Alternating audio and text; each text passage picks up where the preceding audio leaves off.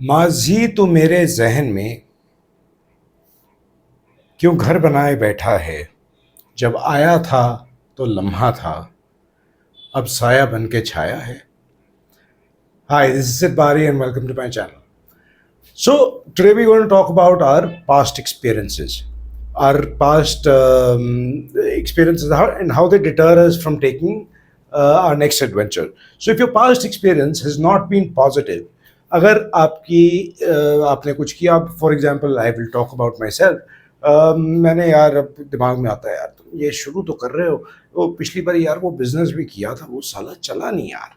वो एक किताब लिखी थी, उसकी सेल्स कुछ और हो सकती थी।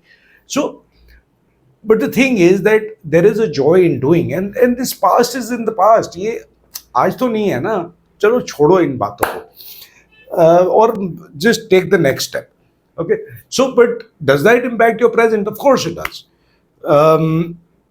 So while I'm going through this whole process of change, I need a why. Okay, I need a strong why which will make me convinced कि जो मैं करना जा रहा हूँ, is it really strong? And for me, that reason showed up by chance. Okay, sometimes you go searching for it, but sometimes it walks to you.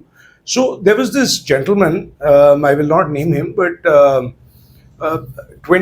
I met him after 24 years. 24 साल पहले वो हम लोग इकट्ठे जी में काम करते थे। हायरार्की में वो शायद मुझसे एक या दो लेवल नीचे थे, लेकिन वी वर ड्रिंकिंग पार्टनर्स। और शराब पी के मैं बक थोड़ी ज़्यादा करता हूँ। तो अब हुआ क्या कि हम कभी ऐसे ही एक शिफ्ट के बाद गए होंगे, हमने कोई शराब शुरू पी होगी, और शराब पी के मैं बक थोड़ी ज़्यादा करता हूँ। तो मैंने उनको कुछ बोला, अब मुझे नहीं याद मैंने क्या बोला, लेकिन कुछ बोला होगा। अब ये 24 साल बाद ये मुझे इंसान दोबारा मिले, and he is a senior vice president with an organisation, very well known organisation. तो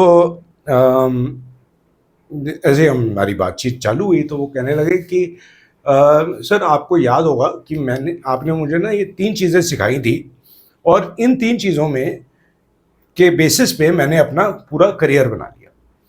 अब मुझे नहीं याद कि मैंने वो 3 चीज़ें कौन सी बोली थी और क्या बोली थी, क्योंकि मैं तो I was like drunk and babbling away, but for somebody out there those words may be important, and he made his entire career on this.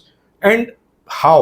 I mean, we're not talking about somebody who's stepped up to middle management. He's in senior leadership, and he's saying that I credit this to you, that अगर मैंने वो 3 चीज़ें आपसे नहीं सीखी होती तो शायद मैं यहाँ ना पहुँच पाता जहाँ पहुँचा था. And is that not enough motivation कि अगर आप एक आदमी की ज़िंदगी इम्पैक्ट कर सकते हैं, तो I think it is worth doing.